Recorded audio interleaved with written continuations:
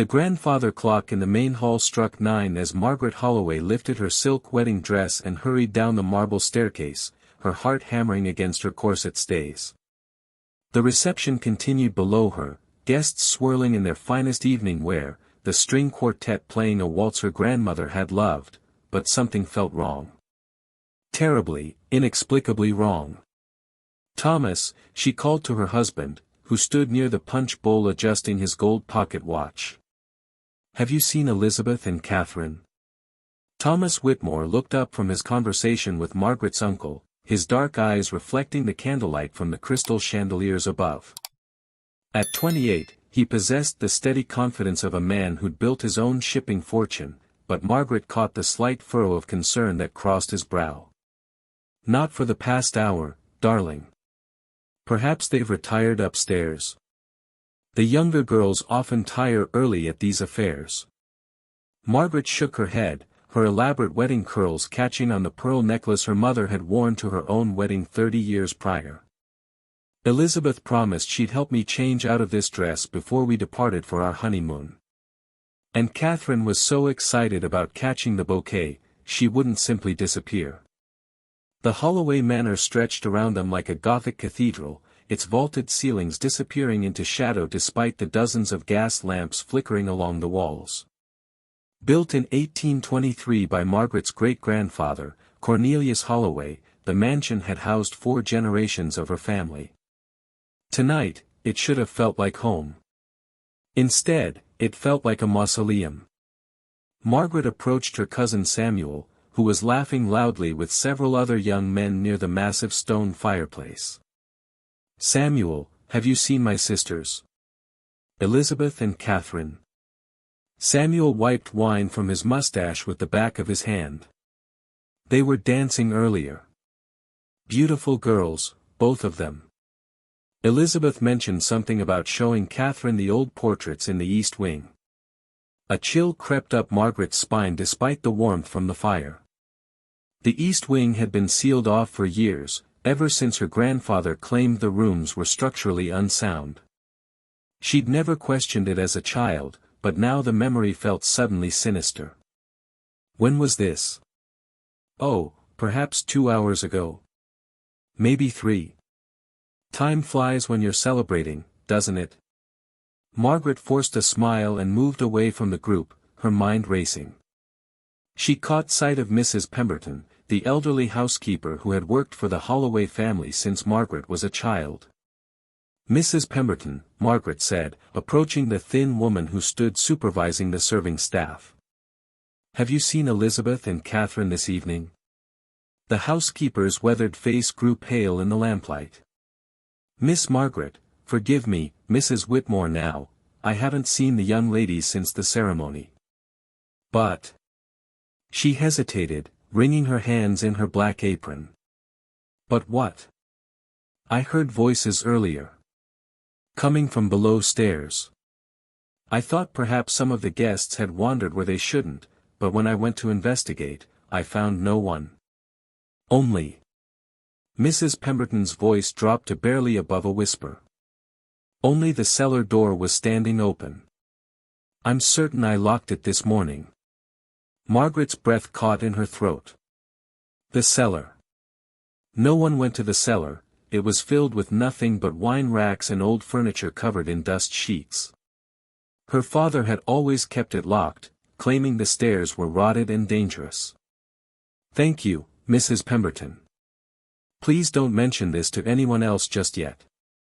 Margaret gathered her skirts and made her way toward the rear of the house, past the kitchen where the serving staff bustled about preparing the final courses of the wedding feast. The narrow wooden door that led to the cellar stood at the end of a short hallway, painted the same deep green as the other service doors throughout the manor. The door was indeed open, just a crack, but enough to allow a thin line of cold air to seep through. Margaret pressed her palm against the wood and pushed it wider. The hinges groaned, a sound like something in pain. Elizabeth? Catherine? Her voice echoed down the stone steps, swallowed quickly by the darkness below.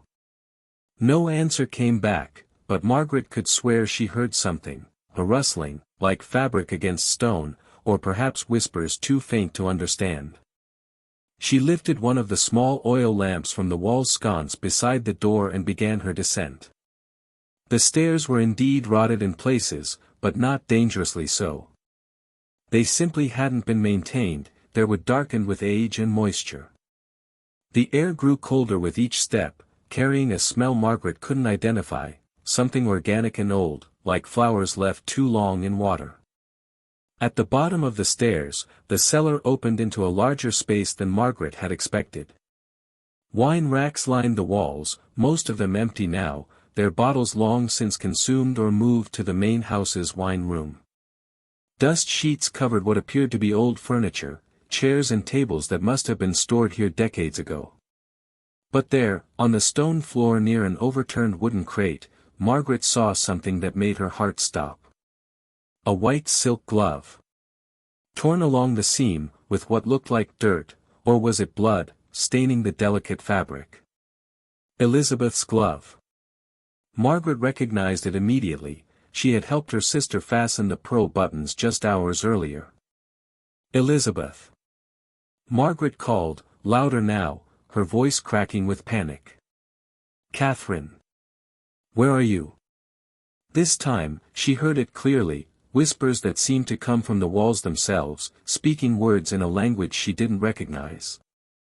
The sound raised every hair on her arms, and the flame of her oil lamp flickered as if touched by an unfelt breeze. Margaret picked up the torn glove with trembling fingers. The fabric was still warm. She turned in a slow circle, holding the lamp high, searching the shadows for any sign of her sisters. That's when she noticed something else, scratches in the stone wall near the far corner of the cellar. Not random marks, but deliberate. Letters carved roughly into the rock, spelling out words that made no sense. The keeper rises. The whispers grew louder, and Margaret realized with growing horror that they weren't coming from the walls. They were coming from below. From beneath the floor itself. She pressed her ear to the cold stone, and there, faint but unmistakable, she heard a voice. Elizabeth's voice. Margaret, help us, the door, don't let them. The words faded into nothing, replaced by a sound that would haunt Margaret for the rest of her life, her sister Catherine, screaming. Margaret ran for the stairs, the oil lamp shaking so violently in her grip that shadows danced wildly across the cellar walls. Behind her, the whispers rose to a crescendo, and she could have sworn she heard footsteps following her up the stone steps. She burst through the cellar door and slammed it shut behind her, her hands fumbling with the old iron key until she managed to turn the lock. Only then did she allow herself to breathe, gasping in the warm air of the main house. But the whispers didn't stop. Even through the locked door, even through the thick wood and iron, she could still hear them. And now they were speaking English. Margaret, they called in Elizabeth's voice. Don't leave us here. Don't leave us alone with him. Have you ever felt like your own family home was hiding something terrible from you? Margaret's hands shook as she approached Thomas, who was still engaged in conversation with several wedding guests near the grand piano. The string quartet had switched to a slower melody, and couples drifted across the ballroom floor in elegant circles, oblivious to the terror clawing at Margaret's chest. Thomas, she whispered, grasping his arm. I need to speak with you. Immediately. He excused himself from the group and followed Margaret to a quiet alcove beneath the main staircase, away from the revelry. In the flickering gaslight, she could see her own fear reflected in his dark eyes. What's wrong, darling? You look as though you've seen a ghost. I found this in the cellar. Margaret held up Elizabeth's torn glove, the bloodstains dark against the white silk. Thomas took the glove, examining it carefully. His expression grew grave. This is Elizabeth's. Yes. And there's more. I heard voices, Thomas. Coming from beneath the cellar floor. Elizabeth was calling for help. Margaret, you're frightening yourself. Perhaps the girls are simply exploring the house. You know how young women can be at parties. No. Margaret's voice carried a firmness that surprised them both. Something is terribly wrong. I need you to gather some of the men. We must search the entire house. Thomas studied his wife's face in the lamplight. He had known Margaret for 3 years, had courted her properly and married her because she possessed both beauty and intelligence. But tonight, he saw something new in her green eyes, a haunted quality that made him believe every word she spoke. Very well. Samuel, William, and Robert are strong men. And your Uncle Charles has a level head. We'll organize a proper search. Within 20 minutes, Thomas had quietly assembled 5 men in the library, away from the continuing celebration. Margaret had changed from her elaborate wedding gown into a simpler dark dress, one that would allow her to move freely through the house. Gentlemen, Thomas began, his voice low but authoritative, Margaret's sisters have gone missing. We have reason to believe they may be in distress somewhere within the manor. Uncle Charles, a robust man in his 50s with graying whiskers, frowned deeply. Missing? Since when? I saw them during the ceremony. No one has seen them for at least 3 hours, Margaret replied. I found Elizabeth's glove in the cellar, torn and bloodied. Samuel, slightly drunk from the wedding wine, laughed nervously. Bloodied? Come now, Margaret. Perhaps one of them simply caught it on a nail. Listen to me. Margaret's voice cut through his dismissal like a blade. I heard Elizabeth calling for help from beneath the cellar floor. This is not a case of wandering guests or torn clothing. The men exchanged glances. Robert Ashford, a businessman from Philadelphia and Thomas's longtime friend, cleared his throat. What exactly are you suggesting we do? Search every room, every closet, every forgotten corner of this house, Margaret said. Start with the areas that have been unused, the east wing, the servants' quarters in the attic, the wine cellars. William Thorne, the youngest of the group at barely 21, shifted uncomfortably. The east wing has been sealed for years. Your father said it was structurally dangerous. Then we unseal it. Thomas placed a gentle hand on Margaret's shoulder. Darling, perhaps we should alert the authorities. No.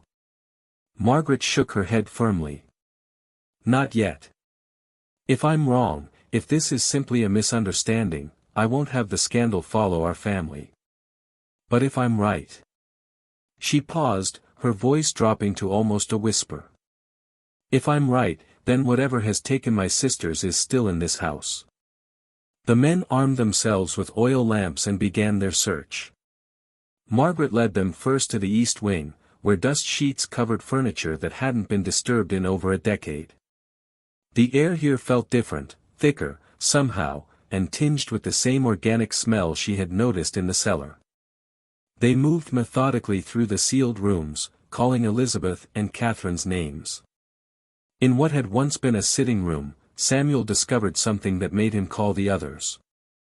Look at this, he said, pointing to the wooden floor near the tall windows. Dark stains marred the polished wood, drops and smears that formed a trail leading from the center of the room toward the far wall. Blood, Robert said grimly, kneeling to examine the stains more closely. And recent, by the look of it. Margaret's breath caught in her throat. Follow it. The trail of blood led them to what appeared to be a solid wall covered in faded wallpaper depicting pastoral scenes. But when Thomas pressed against the wall, a section of it moved slightly. There's a hidden door here, he said, running his hands along the edges until he found the mechanism.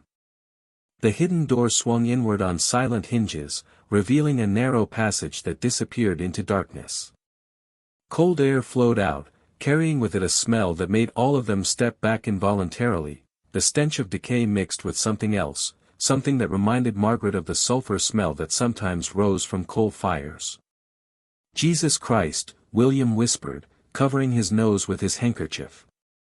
Thomas held his lamp high, illuminating the passage. It appears to lead downward. Probably connects to the original foundation of the house. Elizabeth? Margaret called into the darkness. Catherine? Her voice echoed back strangely, as if the passage were much longer than it appeared. And then, faintly, they heard it, a woman's voice, singing. It was Catherine's voice, Margaret was certain, but the song was wrong. It was a lullaby their mother used to sing, but the melody was distorted, the words coming too slowly, as if Catherine were singing in her sleep. She's alive, Margaret breathed. They're both alive. The men looked at each other uncertainly. The singing continued, drifting up from the depths of the hidden passage like smoke from a dying fire. We need rope, Uncle Charles said practically. And more light. If we're going down there, we go prepared. As they gathered supplies from various parts of the house, Margaret noticed something else that chilled her blood. In the library, where they had first gathered, she found an old leather-bound journal lying open on her father's desk. She was certain it hadn't been there earlier. The journal's pages were yellow with age, and the handwriting was her grandmother's. She recognized the careful script immediately. But the entry was dated from 1847, the year before her grandmother's death. The time approaches again, the entry read. The keeper stirs in his chamber beneath the foundation stones. I pray Margaret's children will be spared what we have endured, but the bloodline carries its burden. Every third generation, two must be given. Elizabeth knows, though she pretends otherwise. She has prepared them as I prepared her. The sweet girls understand their purpose, even if they do not yet comprehend its full meaning. Margaret's hands trembled as she read the words. Her grandmother had been dead for over 30 years. How could this journal entry exist? Thomas, she called, her voice barely above a whisper. He appeared in the doorway, coils of rope slung over his shoulder. What is it? Read this. Thomas examined the journal entry, his face growing pale in the lamplight. This makes no sense. Your grandmother died when you were a child. Yet here is her handwriting, dated just months before her death. And she mentions Elizabeth and Catherine by name. A new sound drifted through the house, not Catherine's singing, but something else. Footsteps, slow and deliberate, coming from the direction of the cellar. Someone's in the house, Samuel said, appearing in the library doorway. I heard the cellar door open. Margaret felt her blood turn to ice. I locked that door. I locked it myself. The footsteps grew louder, accompanied now by a dragging sound, as if someone were pulling something heavy across the floor. And beneath it all, Margaret could hear her sisters' voices, both of them now, calling her name in perfect unison. Margaret, come to us, it's time, the keeper is waiting. The footsteps stopped directly below them in the main hall. Margaret pressed her face to the library window and peered down through the glass, her breath fogging the cold pane. The wedding guests continued their celebration, unaware that something moved through the shadows beneath their feet. There, Thomas whispered, pointing to a dark figure that glided between the marble columns. It was tall and thin, dressed in what appeared to be formal evening wear from a much earlier era. But when it turned to look up at the window, Margaret saw that its face was wrong, too pale, too angular, with eyes that reflected the gaslight like an animal's. Dear God, Uncle Charles breathed. What is that thing? The figure smiled, revealing teeth that were too sharp, too numerous. Then it raised one finger to its lips in a gesture of silence before disappearing into the shadows beneath the staircase. Margaret stumbled backward from the window, her heart hammering against her ribs. We need to find my sisters. Now. Thomas caught her arm. Margaret, wait. That thing, whatever it was, it's between us and the hidden passage. Then we find another way. Margaret moved to her father's desk and began pulling out drawers, searching for something she remembered from her childhood. "There," she said, producing a rolled parchment tied with black ribbon. "The original house plans." She spread the yellowed paper across the desk, and the men gathered around as she traced the building's layout with her finger. "Look here. The hidden passage we found connects to a series of chambers beneath the foundation. But there's another access point, through the wine cellar." "The cellar where you found the glove," Thomas said. "Yes. But these plans show something else." Margaret pointed to a section of the diagram that depicted chambers extending far beyond the house's footprint. "The original foundation includes structures that are much older than the manor itself. Look at this notation."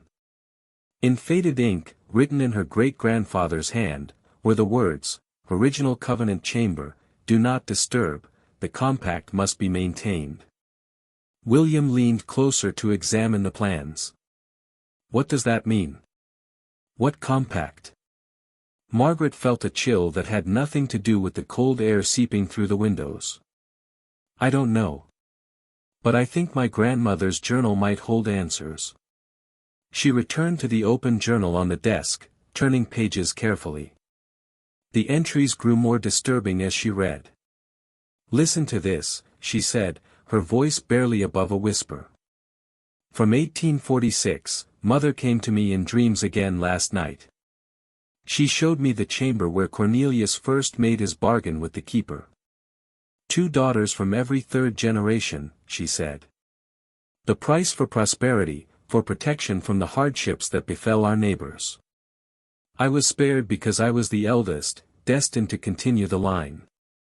But Margaret's children, Elizabeth and Catherine, they will not be so fortunate." Samuel's face had gone ashen. "Margaret, this is madness. Your grandmother was an old woman when she wrote this. Perhaps her mind was failing." "No." Margaret's voice carried absolute certainty. "Look at the house around you. Look at the prosperity our family has enjoyed for generations while our neighbors struggled. We've never lost a harvest to blight, never suffered business failures like other families. Don't you think that's strange?" Robert Ashford cleared his throat uncomfortably. "Even if we accept this supernatural explanation, what exactly are you suggesting happened to Elizabeth and Catherine?" Before Margaret could answer, the singing began again. This time it came from multiple directions, as if it were rising from the very walls of the house. Both sisters' voices, harmonizing in a melody Margaret had never heard before, singing words in a language that predated English. The wedding guests below began to notice. The string quartet faltered and stopped playing, and conversations died as people looked around in confusion and growing fear.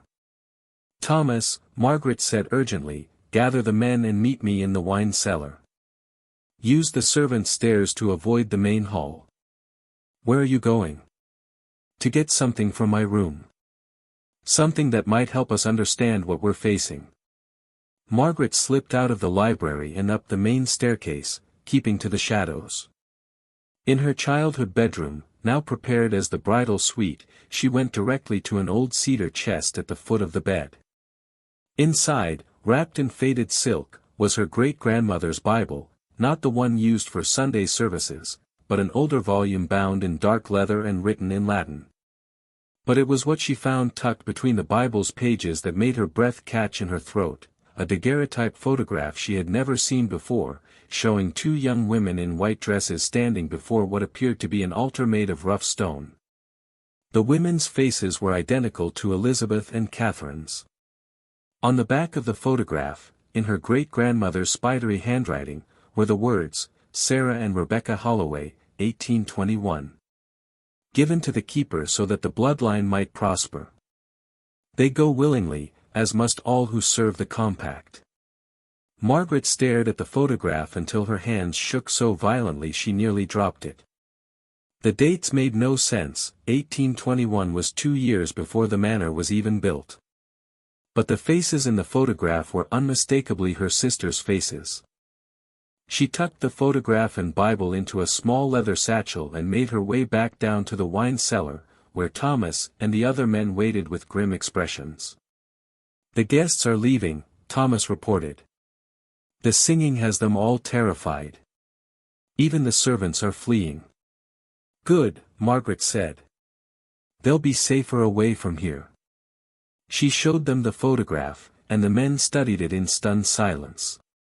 "This is impossible," William whispered. "These women look exactly like Elizabeth and Catherine, but the photograph is 60 years old." "Unless," Uncle Charles said slowly, "it's not a photograph of different women at all." Margaret nodded grimly. "I think the compact doesn't just demand sacrifice. I think it demands the same sacrifice, repeated across generations. The same souls, trapped in the same cycle." The singing grew louder, and now they could hear footsteps moving through the house above them. Not the measured steps of the dark figure Margaret had seen from the library window, but lighter footsteps, the sound of women's shoes on marble floors. "Elizabeth and Catherine are walking through the house," Samuel said. "But are they still, themselves?"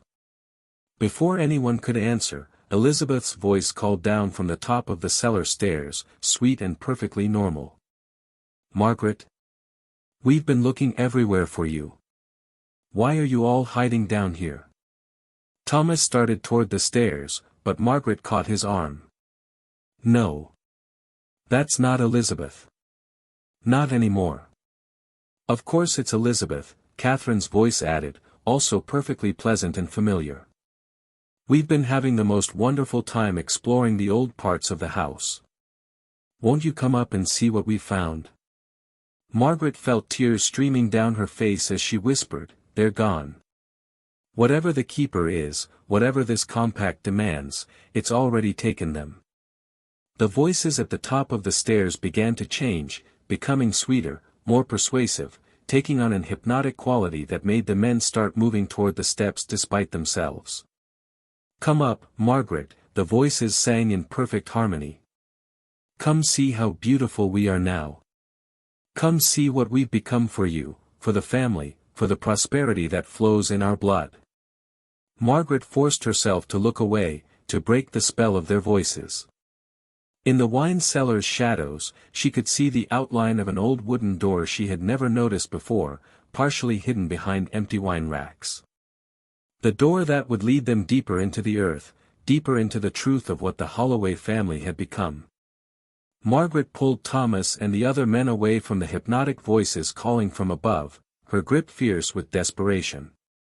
The old wooden door behind the wine rack stood slightly ajar, as if it had been recently opened, and cold air flowed through the gap carrying the smell of earth and something far more disturbing, the sweet stench of flowers left too long on graves. "Help me move these racks," Margaret whispered, her voice barely audible above the continuing song from upstairs. The men worked quickly, their movements clumsy with fear and haste. The wine racks were heavier than they appeared, solid oak construction that spoke of the manor's original quality.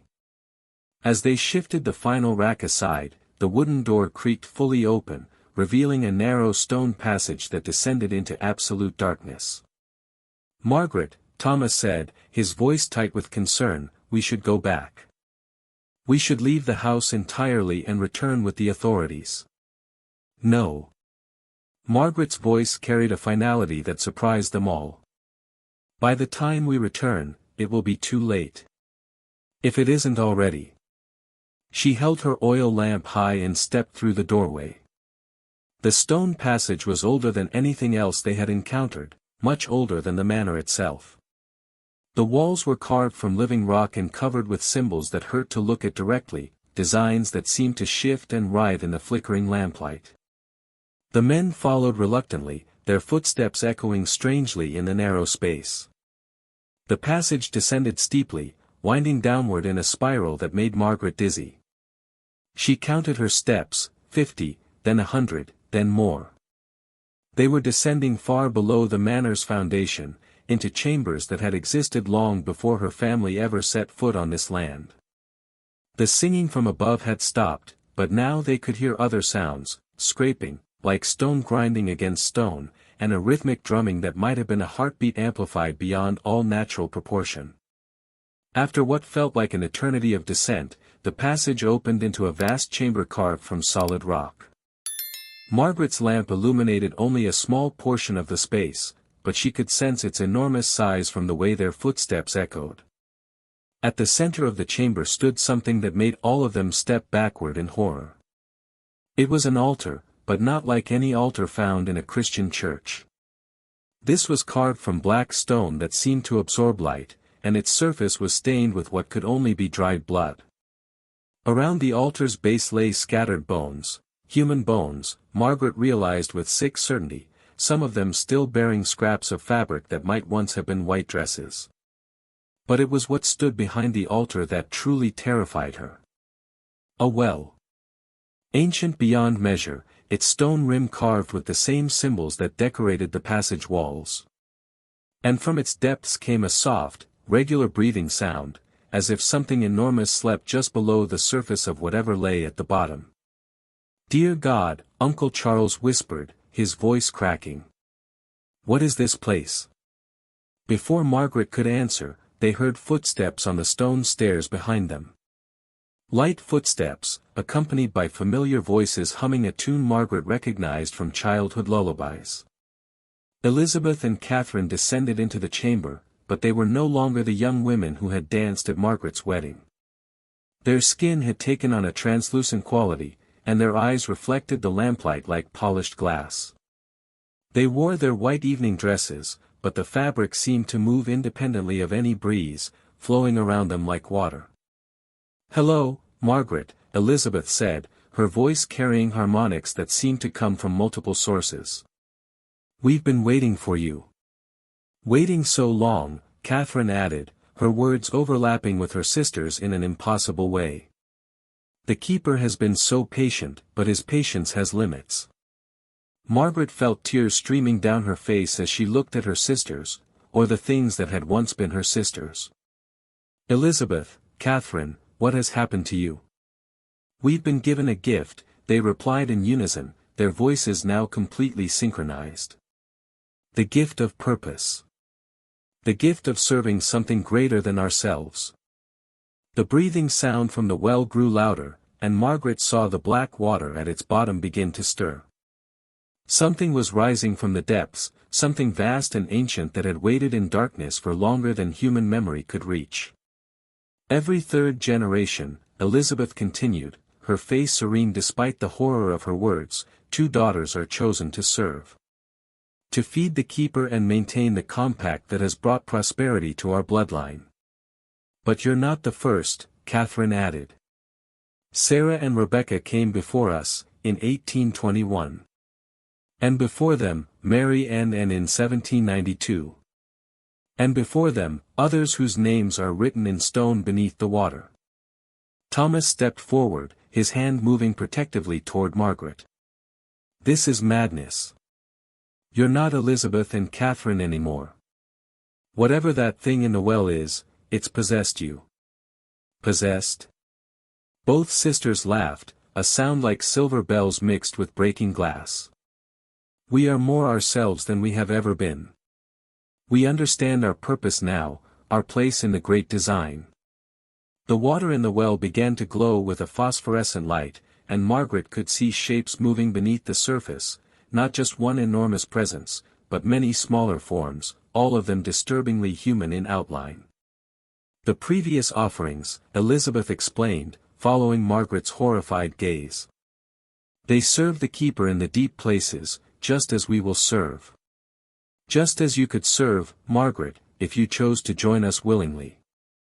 "Never," Margaret whispered, but even as she spoke the word, she felt a strange pull toward the well, as if something in her blood recognized this place, acknowledged its claim on her family. "The compact was made by Cornelius Holloway in 1792, Catherine said, her voice taking on the cadence of ritual recitation. "Two daughters from every third generation, given willingly to the keeper of the deep. In exchange, the family prospers. Crops never fail. Businesses never collapse. Death never claims the bloodline before its time." But the compact allows for substitution, Elizabeth added, her glass-bright eyes fixed on Margaret's face. An elder daughter may take the place of her younger sisters, if she chooses. The keeper accepts willing sacrifice above all other offerings. Margaret felt the weight of their words settling on her shoulders like a physical burden. Around her, Thomas and the other men stood frozen, whether by fear or by some supernatural influence, she couldn't tell. The glow from the well grew brighter, and now Margaret could see what lay beneath the water with terrible clarity. Dozens of women, all wearing white dresses, all bearing the distinctive features of the Holloway bloodline. They floated in the phosphorescent depths like flowers in a vast bouquet, their eyes open and aware, their mouths moving in silent songs of devotion. And rising from among them, something that had never been human at all. Something that had waited in the deep places since before the first human settlements, patient and hungry and utterly alien in its intelligence. The keeper of the deep. Its form defied description, sometimes appearing as a vast shadow with too many eyes, sometimes as a writhing mass of tentacles that ended in human hands, sometimes as a beautiful androgynous figure whose face shifted between masculine and feminine with each heartbeat. "Choose, Margaret," her sisters said, their voices now echoing with the same otherworldly harmonics that emanated from the well. "Take our place, and we go free. Refuse, and we all serve together for eternity." Margaret looked at the creature rising from the well, at her transformed sisters, at the altar stained with generations of blood. She thought of the photograph in her satchel, of the journal entries describing a compact that traded human lives for worldly prosperity. And she realized, with crushing certainty, that there was no choice at all. There never had been. Would you try to save your sisters even if it meant destroying everyone else you love? Margaret's hands trembled as she reached into her leather satchel and withdrew her great-grandmother's Bible, its dark leather binding warm to the touch despite the cold air of the chamber. The Latin inscriptions on its cover seemed to glow faintly in the phosphorescent light emanating from the well. "There has to be another way," she said, her voice echoing off the stone walls. "Every compact can be broken. Every bargain has conditions." Elizabeth and Catherine tilted their heads in perfect synchronization, their expressions shifting from serene to curious. "You would challenge the keeper. You would risk the destruction of everything our family has built." The creature in the well pulsed with darker light, and Margaret felt its attention focus on her like the weight of deep ocean water. When it spoke, its voice came from everywhere at once, from the walls, from the water, from the very air they breathed. "The compact is eternal," it said, each word carrying harmonics that made Margaret's bones ache. "It was written in blood and sealed with willing sacrifice. It cannot be undone by mortal hands or mortal words." But Margaret had been reading her great-grandmother's Bible since childhood, and she had noticed something the others had missed. The book was not just written in Latin, portions of it were written in much older languages, scripts that predated Christianity itself. And some of those passages, she realized now, were not prayers or hymns but binding spells, protective incantations that her ancestors had preserved alongside their Christian faith. "Thomas," she whispered without taking her eyes off the creature in the well, "take the men and go back. Get out of the house. Get as far away as you can." "I'm not leaving you," Thomas replied, his voice steady despite the terror in his eyes. "You have to. What I'm about to attempt, if it fails, everyone in this chamber will be lost. If it succeeds..." She paused, her voice breaking slightly. "If it succeeds, I may still be lost, but at least you'll have a chance." Uncle Charles stepped forward, his face pale but determined. "Margaret, what are you planning?" She opened the Bible to a page she had memorized long ago, though she had never understood its true purpose until now. The text was written in a script that seemed to move and shift in the lamplight, characters that hurt to look at directly. "This is a binding reversal," she said. "A way to turn a summoning back on itself. My great-grandmother knew this day would come. She prepared for it. The keeper's laughter filled the chamber, a sound like breaking glaciers and drowning cities. Foolish child. That book was written by my servants, not my enemies. Every word in it serves to strengthen the compact, not weaken it.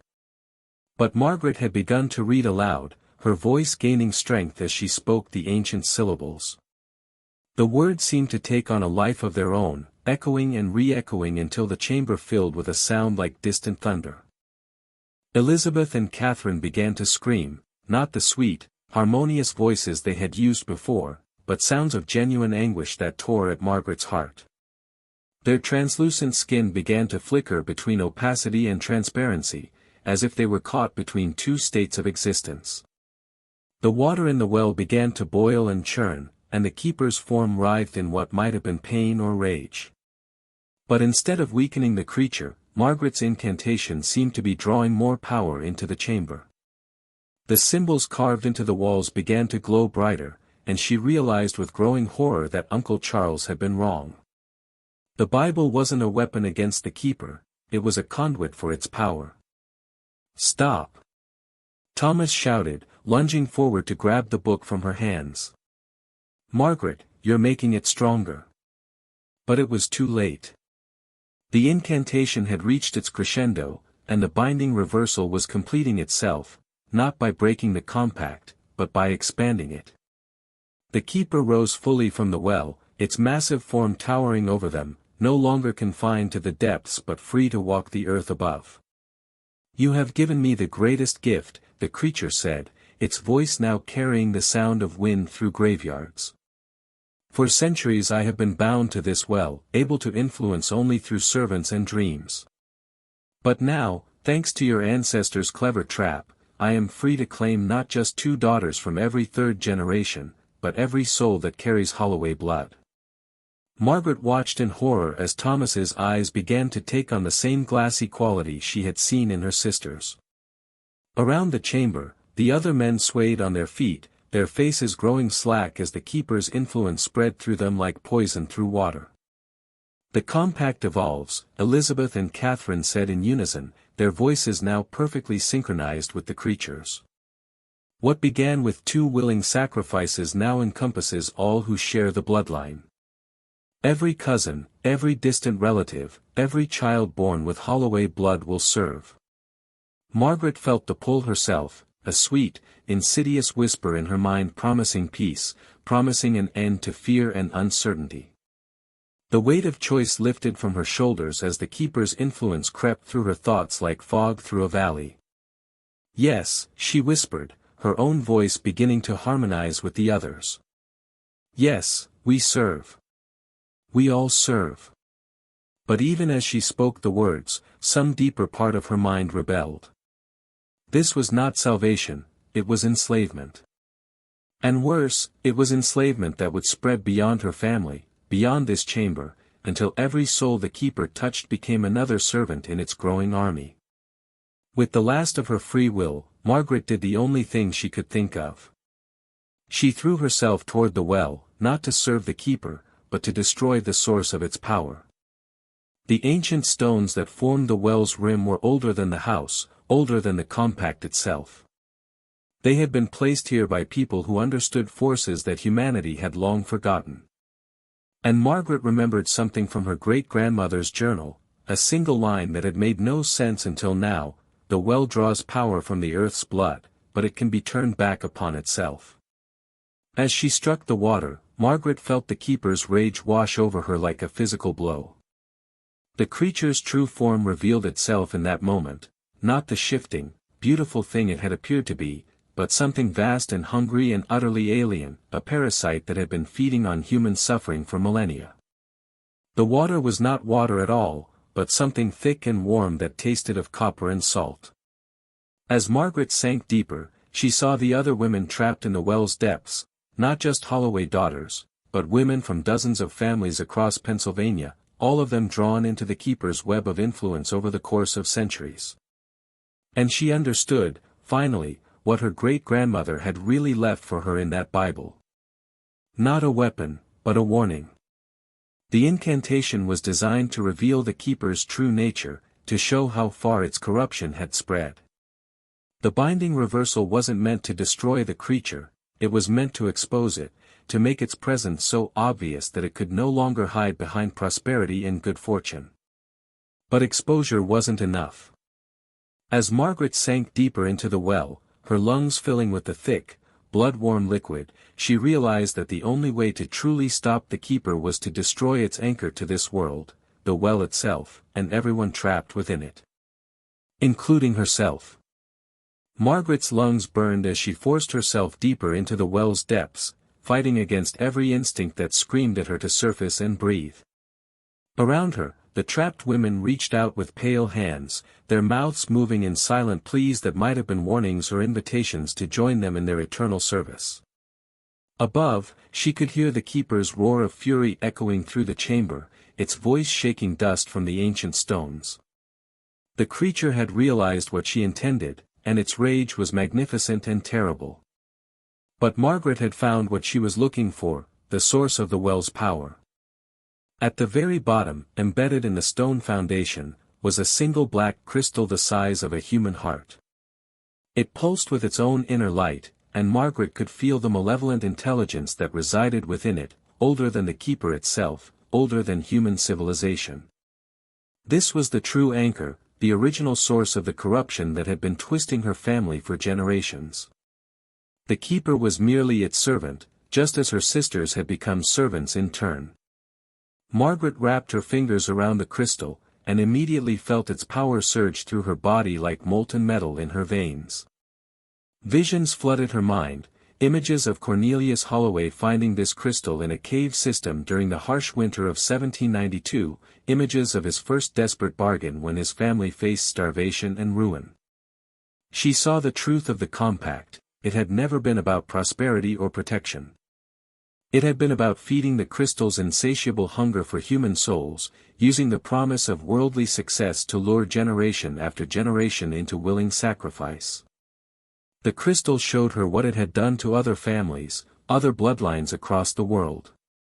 The Holloways were not unique, they were simply one branch of a vast network of corrupted families, all of them feeding their children to entities that wore beautiful faces and spoke of honor and tradition.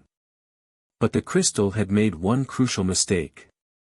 In showing Margaret the truth, it had also shown her its weakness. The power it offered came at the cost of free will, but Margaret still possessed hers, barely, but enough to make one final choice. She pressed the crystal against her chest, feeling it burn through her dress and into her skin.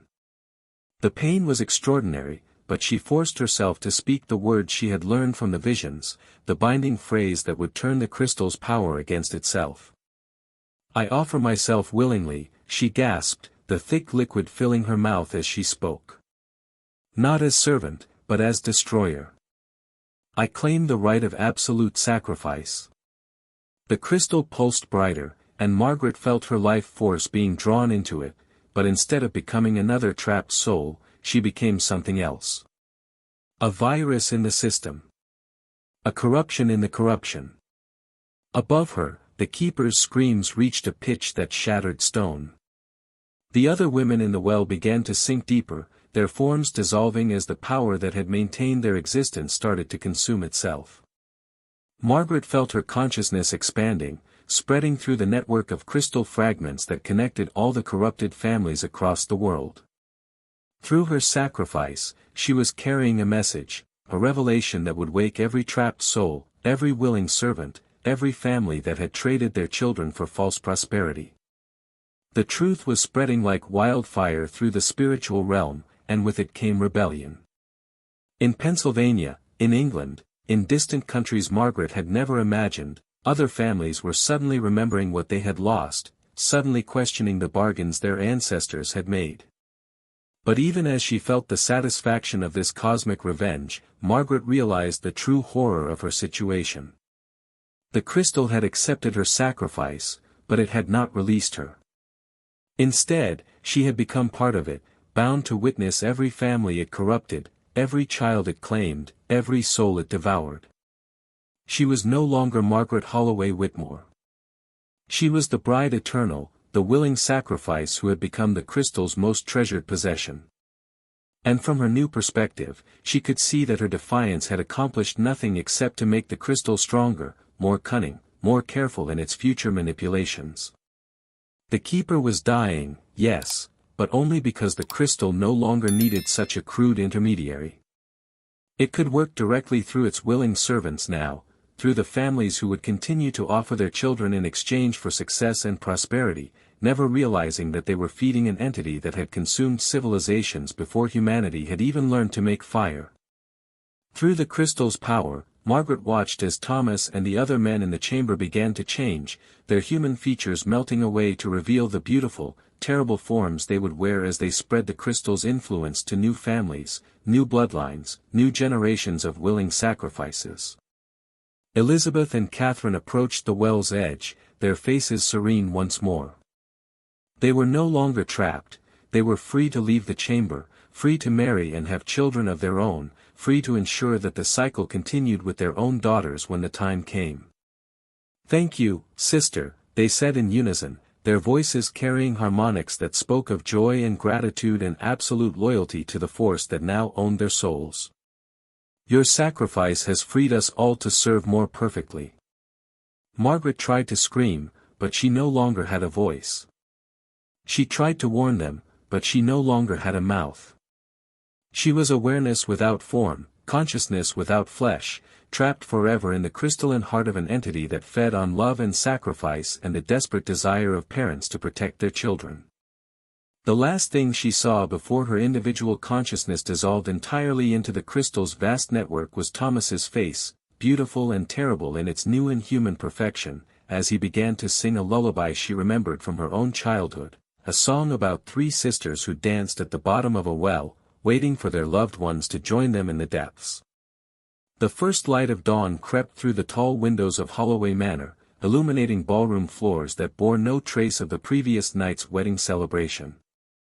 The servants who had fled during the night found no evidence of the 100 guests who had attended Margaret Holloway's marriage to Thomas Whitmore, no scattered wine glasses, no abandoned evening wraps, no forgotten dance cards. Even the decorations had vanished without a trace. The elaborate floral arrangements, the silk bunting, the crystal chandeliers that had glittered with candlelight, all of it gone as if the wedding had never occurred. Sheriff Benjamin Moore arrived at the manor shortly after sunrise, summoned by reports from neighboring farms of strange lights and unholy singing that had continued until the early hours of the morning.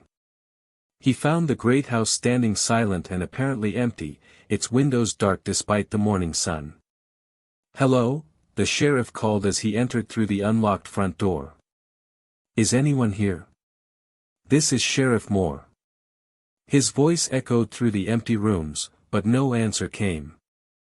In the main hall, he found evidence that a large gathering had indeed taken place, scuff marks on the marble floor from dancing shoes, a few scattered rose petals near the grand staircase, the lingering scent of expensive perfume and French wine. But no people. No bodies. No sign of what had become of Margaret Holloway, her new husband, her family, or any of their guests. The sheriff's investigation extended through the entire manor, from the servant quarters in the attic to the wine cellars in the basement. In the library, he found an open journal written in an elderly woman's handwriting, but when he tried to read the entries, the words seemed to shift and blur before his eyes, becoming unreadable. In the east wing, behind furniture covered in dust sheets, he discovered a hidden passage leading down into chambers carved from living rock. But when he attempted to descend with his oil lamp, an overwhelming sense of dread forced him to retreat. The air itself seemed wrong down there, thick with the smell of flowers left too long on graves and something else he couldn't identify, something that reminded him of the metallic taste that filled his mouth before thunderstorms. The sheriff's final discovery came in the family cemetery behind the manor. 3 new graves had appeared overnight, their headstones carved from black marble that seemed to absorb light rather than reflect it. The inscriptions were simple. Margaret Holloway Whitmore, beloved daughter and sister, she chose love over life. Elizabeth Holloway, she danced until dawn. Catherine Holloway, she sang the old songs. No dates of birth or death appeared on any of the stones, and when Sheriff Moore tried to examine them more closely, the carved letters seemed to move and rearrange themselves before his eyes. He left the manor that afternoon with more questions than answers, filing a report that spoke of unusual circumstances and unexplained disappearances, but offered no conclusions about what had actually occurred. The case remained officially open for exactly 1 year before being quietly closed and forgotten. Within 6 months, new families had moved into the surrounding area, drawn by the remarkably fertile farmland and the prosperous business opportunities that seemed to arise wherever the Holloway family had once held influence. These new residents reported occasionally seeing lights in the manor's windows at night, and some claimed to hear music drifting across the fields during the dark hours before dawn. The local pastor, Reverend Jonathan Mills, attempted to consecrate the manor and its grounds, believing that some tragedy had left spiritual residue that required blessing. But when he approached the building with his Bible and holy water, he found the front door standing open and the interior filled with the sound of women's voices singing hymns in perfect harmony. He retreated quickly, later telling his congregation that the manor was in God's hands now, and that it would be best to leave it undisturbed. The building was quietly sold to distant relatives of the Holloway family, cousins from Maryland who had heard of their good fortune in inheriting such valuable property. The new owners, the Ashford family, moved in during the autumn of 1880. They were blessed with remarkable prosperity from their very first harvest, and their children grew up healthy and strong. The Ashford daughters were particularly beautiful, with voices so lovely that they often sang at church services and community gatherings. But those who knew the family well noticed something odd about their domestic arrangements. The Ashfords had 3 daughters, Mary, Sarah, and Rebecca, but they spoke constantly of their dear cousins, who lived in the manor's east wing and helped with the household duties. Visitors to the manor sometimes caught glimpses of these mysterious cousins, young women in old-fashioned white dresses who appeared at windows and in doorways but never seemed to be available for proper introductions. The Ashford girls grew up hearing stories about their beautiful cousins, learning songs from them, and playing games in the old parts of the house that their parents had forbidden them to explore. As they approached marriageable age, Mary and Sarah spoke often of their desire to be just like Cousin Margaret, Elizabeth, and Catherine, who had shown them such wonderful things in the deep places beneath the house. On Mary Ashford's wedding day in 1897, exactly 18 years after Margaret Holloway's disappearance, the youngest daughter Rebecca vanished during the reception. The family searched frantically, eventually finding her in the wine cellar, standing before an old wooden door that the Ashfords were certain had been permanently sealed. Rebecca was alive and unharmed, but changed. She spoke of beautiful music she had heard from below, of cousins who had shown her marvels beyond imagination, of a wonderful choice she had been given that would benefit the entire family. Sarah Ashford disappeared the following week, found in the same location under identical circumstances. Like her sister, she returned transformed, serene, beautiful, and speaking of the wonderful opportunity they had been given to serve something greater than themselves. The cycle had begun anew, exactly as it was designed to do. If this story stayed with you through all the darkness and revelation, comment, "The debt is never paid."